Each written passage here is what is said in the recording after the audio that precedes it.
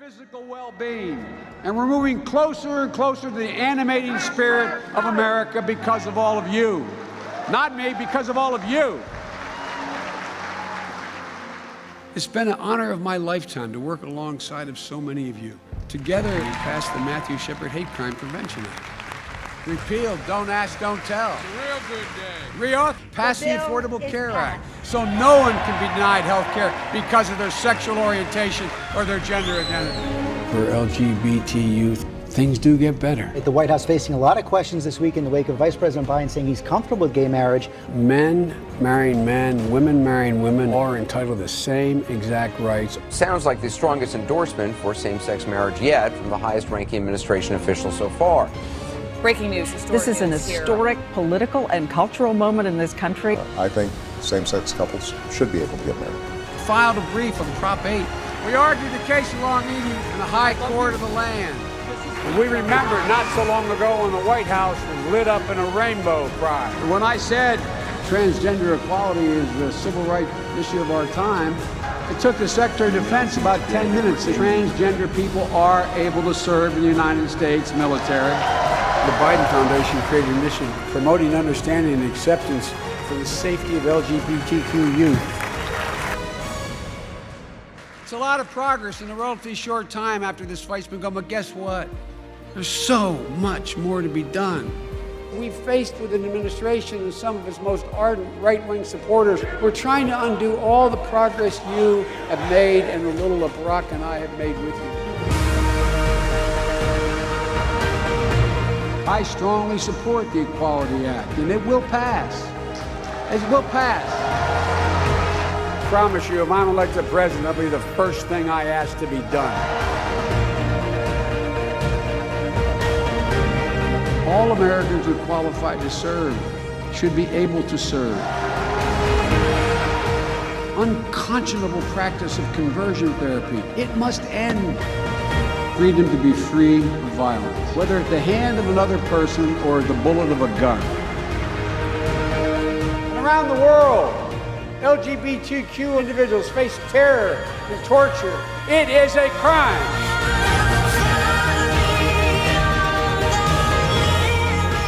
It's a fight we will win. I don't have a single solitary doubt in my mind. The future's only going to get better.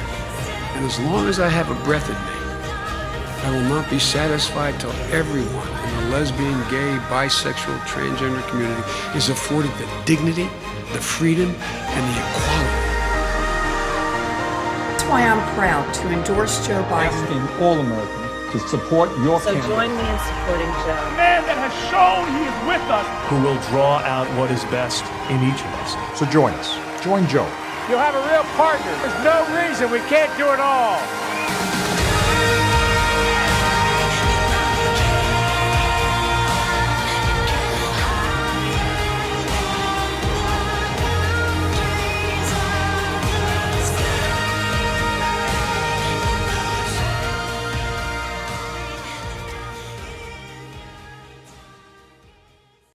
Hi everybody, my name is Alex Gabriel, and I'm coming to you from New York City to welcome you to the LGBTQ Plus for Biden and League 46 event. Now, before we welcome in your next First Lady, Jill Biden, and our good friend here, Chasten Buttigieg, I just want to say that it's great to see so many people joining us from across the United States right now, including my family right in Michigan. Hi guys. 2020 hasn't been a great year so far, has it? It's actually probably one of the worst years in modern American history. Now, I've been on this virtual campaign trail for a few months now, and I can say with confidence that Vice President Joe Biden has allowed me to finally see a light at the end of this very, very dark tunnel. I support Joe Biden for many reasons, but primarily, I know Joe Biden will elevate LGBTQ plus young people. He'll elevate folks from marginalized backgrounds, and really most critically, Joe Biden will be a president that listens. He'll listen to his staff, he'll listen to his advisors, he'll tackle difficult issues not by balking at the experts or worrying about how every one of his decisions will impact his ratings. Joe will actually lead first and foremost with what is best for America and best for our people. Joe Biden will listen to you. There are a few things we'd love if you did today and throughout the entire election season to kind of keep us on track. Please first go to joebiden.com/coalitions. And you can download any and sign up for any of the coalitions that you see there that you're a part of. Download our brand new, pretty cool, just launched Vote Joe app. Text LGBT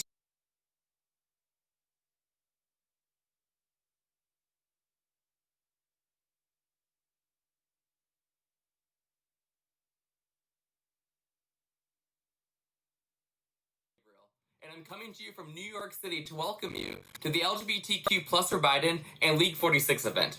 Now, before we welcome in your next First Lady, Jill Biden, and our good friend here, Chasten Buttigieg, I just want to say that it's great to see so many people joining us from across the United States right now, including my family right in Michigan. Hi, guys. 2020 hasn't been a great year so far, has it?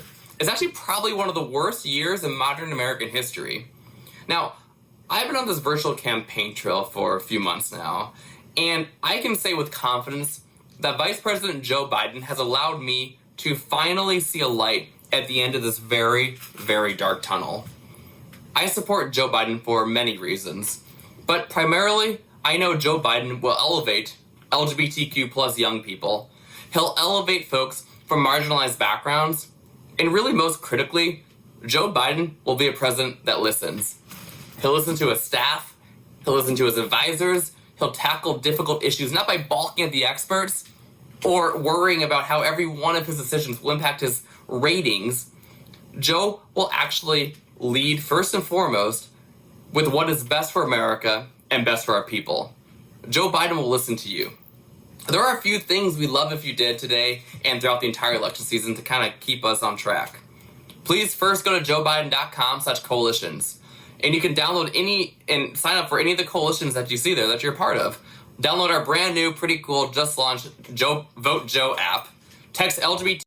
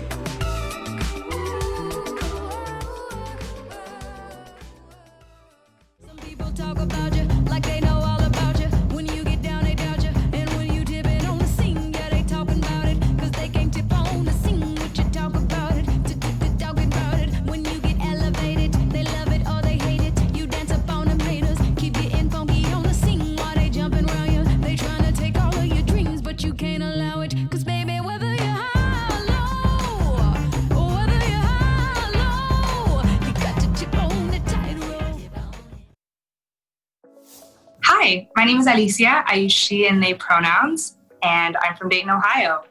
Hi, my name is Vaibhav Jain, and I'm from White Plains, New York. I am a public health researcher and an openly gay API man. I'm currently married to my husband of 1 year and a partner of 8 years, Parag Mehta. Hi, my name's Grace Meyer, and I'm currently a field organizer with the Texas Democratic Party after being with the Biden campaign for about a year. My name is John Lintome, and I'm a queer, non-binary activist and student from Minneapolis, Minnesota. Hi, my name is Elliot Oppenheim, and I'm a rising senior from the DC area. I first came to terms with my identity as a queer person when I was in college. College for me, like a lot of other young people, was a really important opportunity to reinvent yourself and be who you are in a place that's so progressive and welcoming. And that's what I was able to do as a queer person. I was able to seamlessly come out and find a home in the queer community. I came to the United States about 10 years ago as an immigrant. I came as a legal immigrant. I came here because I believed in the American dream. Every single day that I get up, I feel like my dream is fading away. And I believe Joe Biden would be the right candidate to restore my American dream. I got into politics during college because I realized how important it was and what big an impact it made on people's lives. And so seeing that, I wanted to get involved in local politics first and kind of caught the bug and have been doing it ever since. On election night 2016, I started filling in this map, excited to record the history of our first female president. Instead, it became a reminder of one of the worst nights in American history. I keep it as an inspiration to work tirelessly so that nothing like it happens again. This election means a lot of things to me, but most importantly, it's my first time to vote and have my voice heard. I'm on Team Joe for a lot of reasons, but closest to my heart is his support and commitment to protect LGBT+ individuals. His commitment to make passing the Equality Act his legislative priority in the first 100 days in office, which would protect LGBT+ individuals in all 50 states. And also through his commitment to reinstate Obama-era guidelines that protect trans youth in schools. When these guidelines were rescinded, I received panicked texts from friends who no longer knew if they were safe in their own schools. This election is important to me because I feel like this is a very defining year for our country. We are seeing corruption, violence, and inequality in real time, and we are looking to our leadership and realizing there needs to be a change. I don't want to see hatred voted into the office again, and I'm really hoping that the American people like me and my family are going to show up to the polls or mail in and commit to electing progressive leadership. I think that as for the LGBT community, what we really need to focus on is trans rights and uplifting trans rights. We've made a lot of progress, but trans people still need more protections in healthcare and in the workplace. And I know Biden really wants to be a defender of trans rights and make it a hallmark of his presidency. So that's why I will be voting for Biden. So voting for this candidate is very, very essential this November. I'm currently not able to vote, but I'm devoting 100% of my time as a volunteer of the campaign, trying to mobilize my API and LGBTQ community every single day.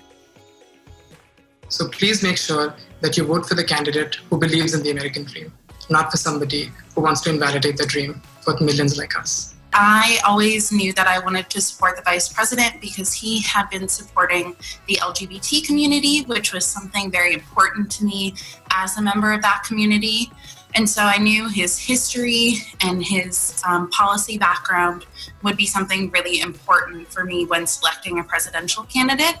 And so since going on the trail, I've seen him stand up for our community time and time again, and that has really been touching to see. This fall, we have a chance to vote for our future and elect Vice President Biden. He will repair our standing on the world stage and protect the planet for the next generation. And he will be the ally that the LGBTQ+ community needs in the White House.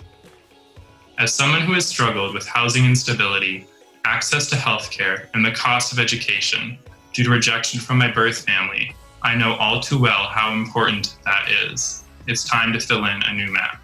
These past 4 years have been terrifying, but these next 4 years don't have to be, and that's why I'm voting for Joe Biden on November 3rd. Thank you for joining as League 46 and LGBTQ+ for Biden present an Out for Biden conversation featuring Jill Biden and Chasten Buttigieg. And now, please welcome Chasten Buttigieg. Hello, everyone. Thank you so much for joining us this evening. I'm Chasten Buttigieg. My pronouns are he, him, his.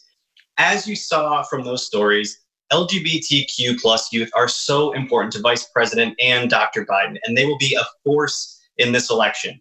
Tonight, we are going to spend some time talking about these issues that are so important to young people and why their authentic voices and narratives will help restore the soul of our nation.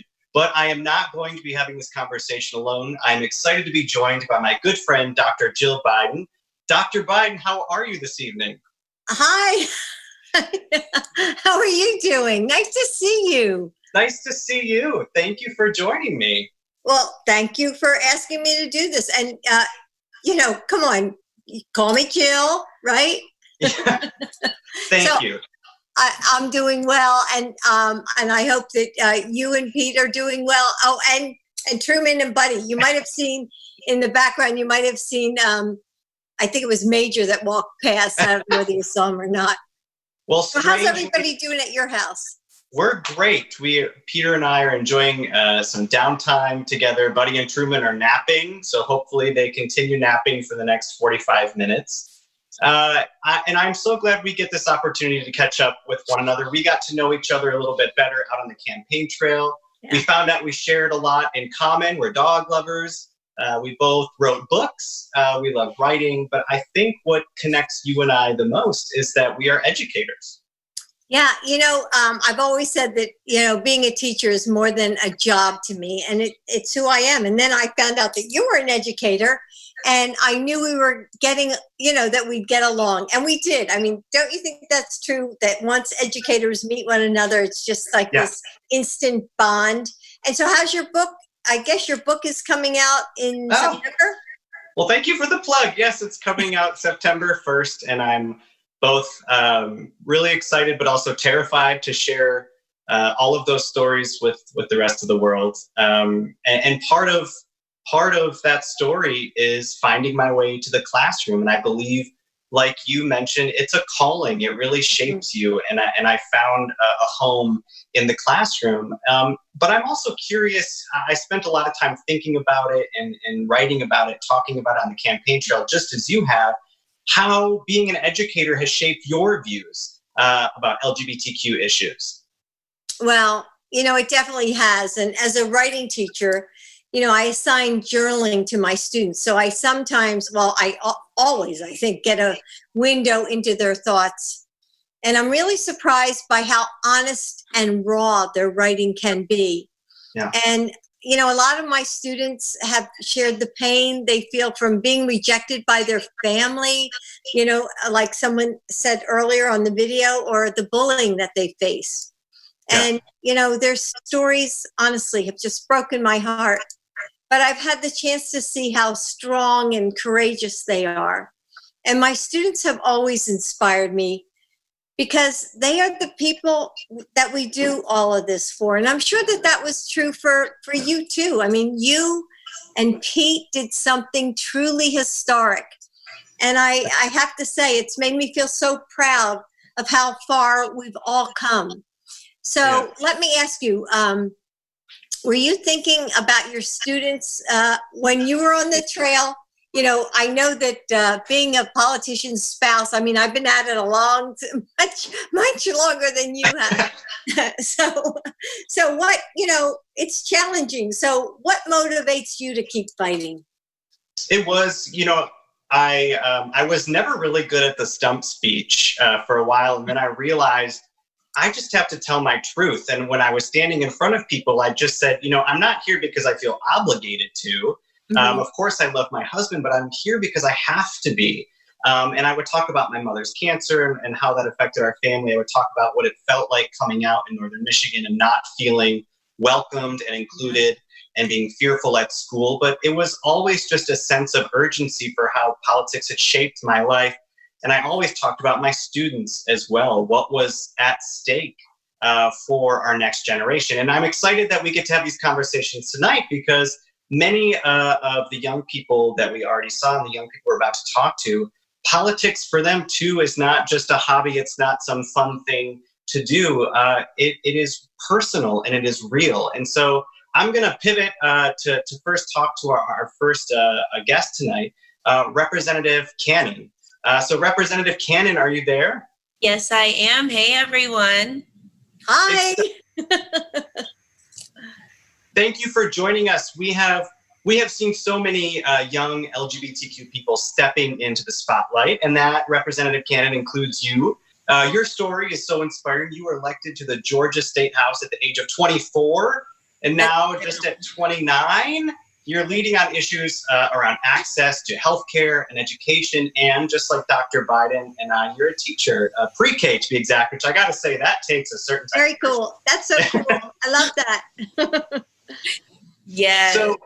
So COVID is hitting a lot of communities, especially hard, and that's especially true for communities of color and the LGBTQ community. Can you tell us a little bit about what you're seeing on the ground? Well, here in Atlanta, as we just said, I mostly spend my time with 3-year-olds and 4-year-olds and am teaching them empathy and helping them explore gender and put support systems for them just being within an LGBTQ family in the South. And so what we have to remember, I believe, is that many of us young folk, we like to sip tea, we like to think about what's going on in the world and politics, and we need to get our own dose of Joe.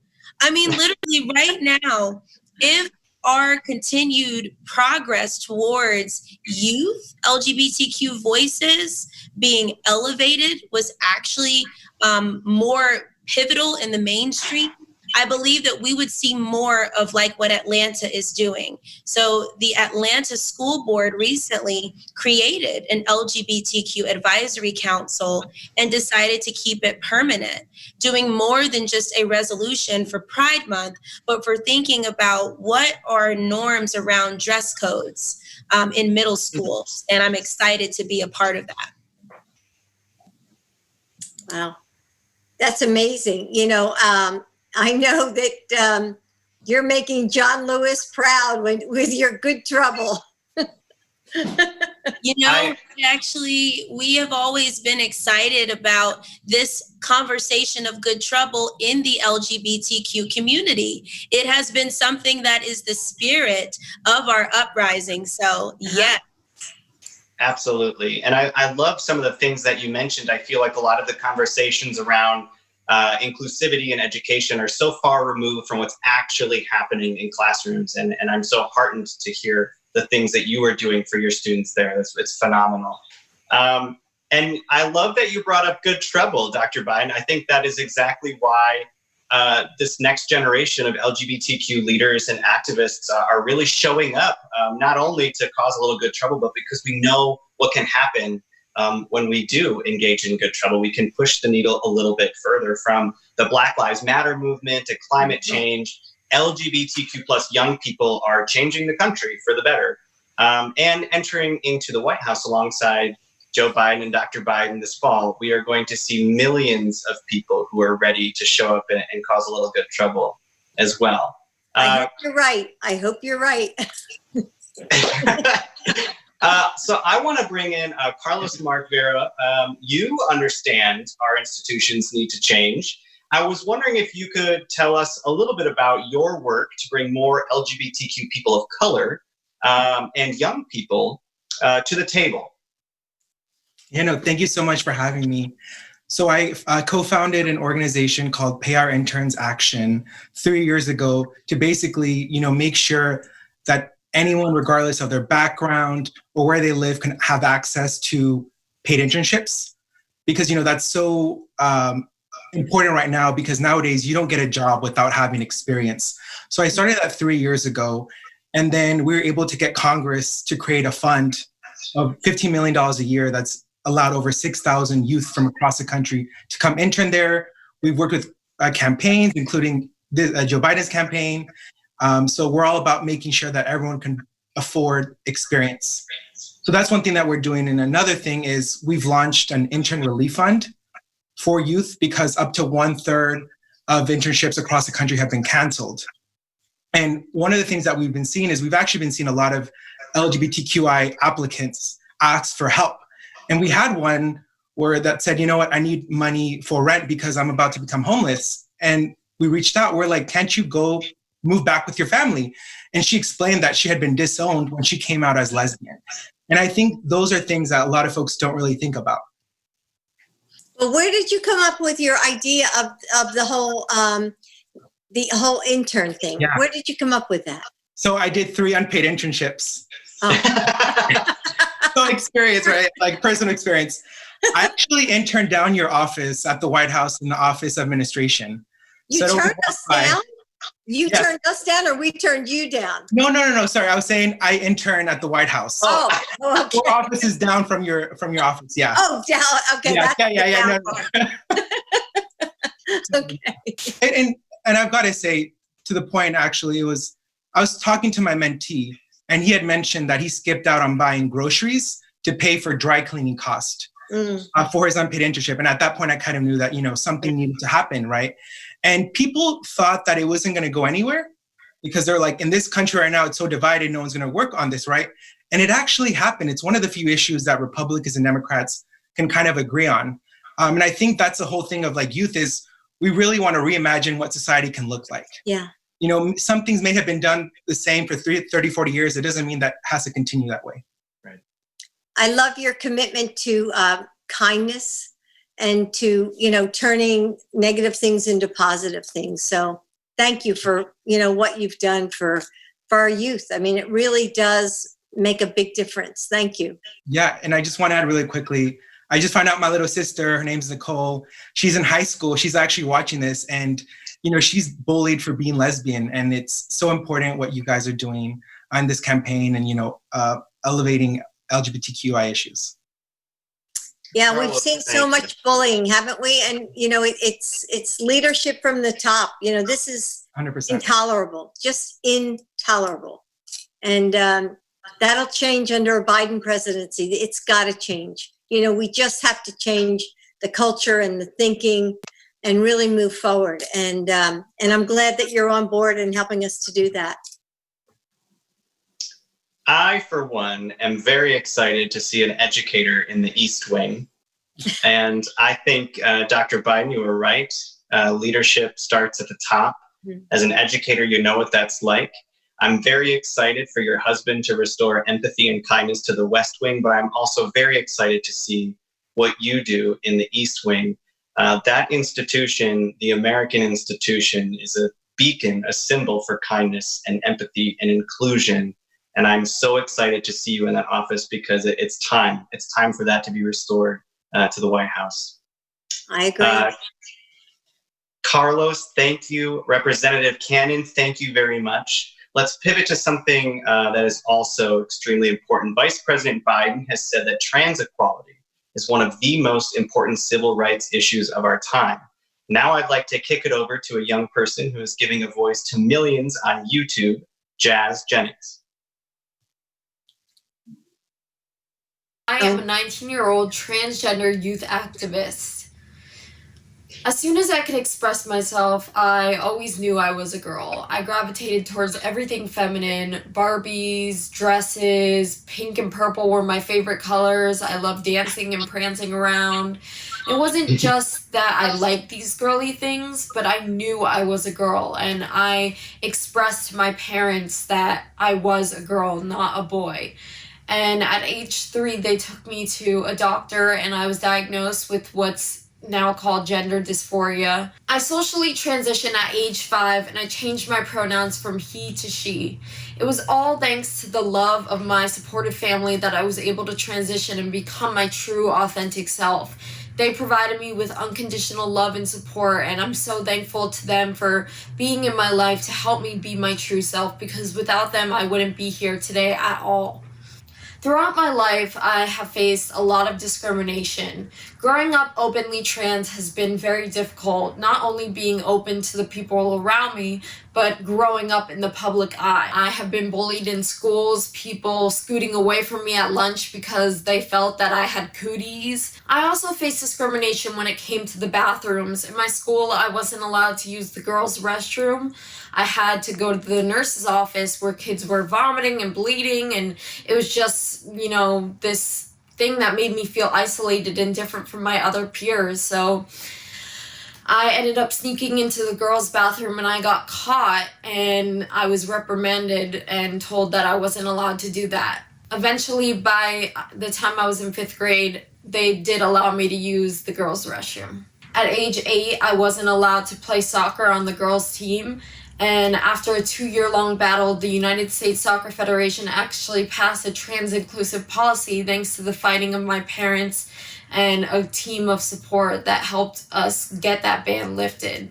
Even though I'm proud to live my life as my authentic self as a proud trans woman, that's not the reality for many LGBTQ plus people out there. Black trans women are being murdered at an alarming rate, and I think we need to raise awareness about this because these violent acts have to come to an end, and the only way to do that is by raising awareness and saying that this has to stop. So I just feel like with a new administration in office that's more supportive and loving of the LGBTQ plus community, we can have a society where this doesn't happen as much and Black trans women can be more free and able to be their true authentic selves. I think it's so important that we go out there and vote, especially the youth during this time, because the current administration is stripping our rights away and they're not supportive of LGBTQ plus people. We need an administration that's going to be on the right side of history, that supports equality. I think it all comes down to the basis of love. You know, loving one another and respecting each other as equal human beings. I just feel like that hasn't been the theme of our current presidency at all, obviously. And I just think we need a president who's going to go in there and make change and really move things to progress forward instead of backwards. In closing, I just want to remind everyone to get out there and vote. I think it's so important that we have an administration in office that's going to be loving and supportive of the LGBTQ plus community. And the only way to do that is to get out there, vote, and change the outcome. Together, we can make a difference. You know, Jazz, you are incredibly impressive and incredibly strong. And I love to see that you turn something so negative into something positive. And it's amazing, the support and love that you got from your family, because I think so many transgender men and women, they don't have that. They don't have that. And it's so important. And that's why we all have to support one another. So you're such an inspiration to so many young people who are going through what you've gone through, but you're strong and you keep fighting for your rights. And I truly admire that. And you're right. I hope people vote. I hope people vote because that's the only way we're going to change this. And everyone should feel welcome in America. So thank you, Jazz. Thank you for really what you've done. It's amazing. That was really, really important to hear. Even for myself, it is nice to be reminded of the people who are out there fighting for you, especially when sometimes you can feel so alone. And I'm so glad Jazz has that platform so that other LGBTQ plus youth can hopefully find a little acceptance, a little love, a little community, when oftentimes they are denied that. We say that we get to choose our family. And I think Jazz is probably inspiring a lot of youth and making them feel like they get to come home for a little bit when they tune into her channel. Dr. Biden, I know you told me to call you Jill. It's still hard for me. You better call me Jill.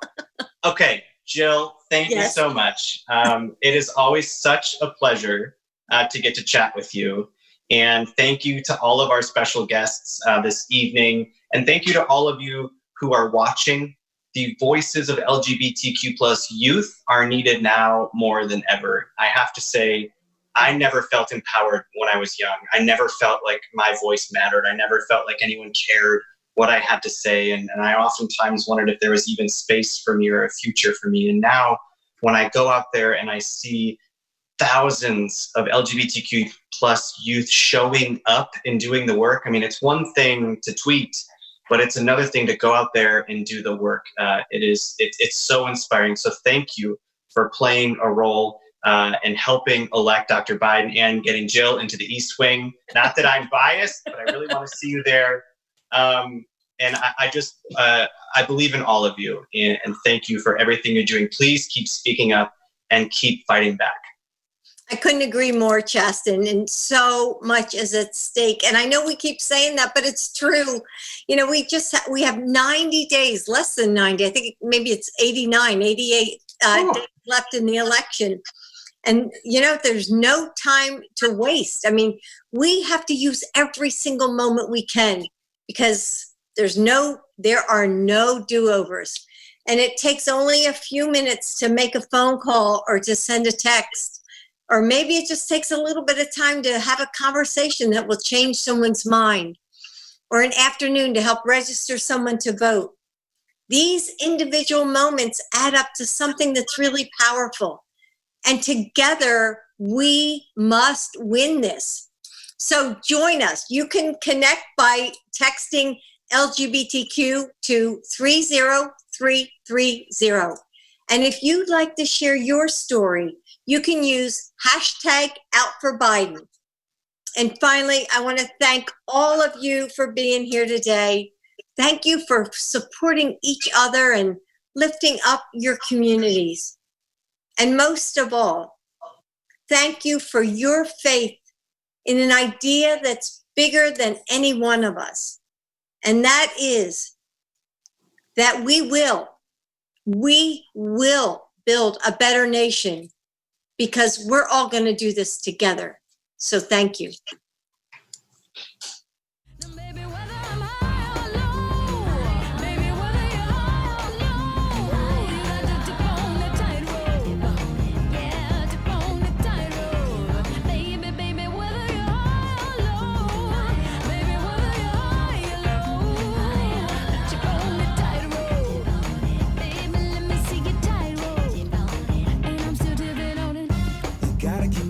So you fall into the gap. It's a challenge, but I manage because I'm cautious.